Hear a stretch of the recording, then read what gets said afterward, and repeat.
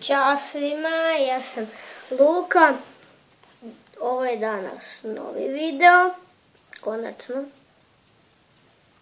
Ovo su 3 neprikladnih stvari u crtanim filmovima. Ja sam se potrudio da ne bude ni jedna iz nečeg drugog videa. Tako da. Prva stvar, kuća buka. Gledao sam novu epizodu Kuća buka. I kada Lisa kaže jednom tamo, ne sjećam se kako se zove, znam da je bio Englez. Kaže, okreni se i rekla je još nešto. Mislim da pretpostavljate i vi da je ona htjela da pokaže Loli guzu. U stvari, od tog Engleza guzu. Ako ste me nešto razumeli.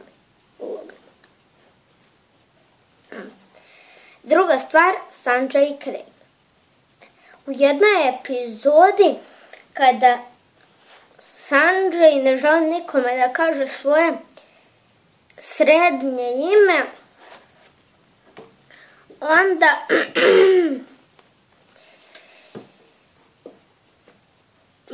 je išao u zatvor. I onda su pobegli iz zatvora na Craigovo tajno mesto. I Craig je viknuo, tvoja mama ima velike... I onda je prestao da govori i rekao je nešto potpuno drugo. Mislim da svi znate šta je on hteo da kaže. S obzirom da je zaljubljen u Sanjayevu mamu. Treća stvar, Alvin i Veverica. U ovoj epizodi sad se emituje, u stvari prikazuje, to sam sad primetio.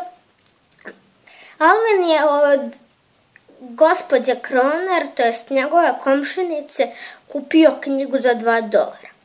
I ako se malo bolje zagledate u knjigu, vidjet ćete trougao i u sredini oblik oka, što predstavlja Illuminati. I to je to što se tiče ovog klipa. Nadam se da vam se svideo. Vidimo se u nekom sljedećem. Ćao!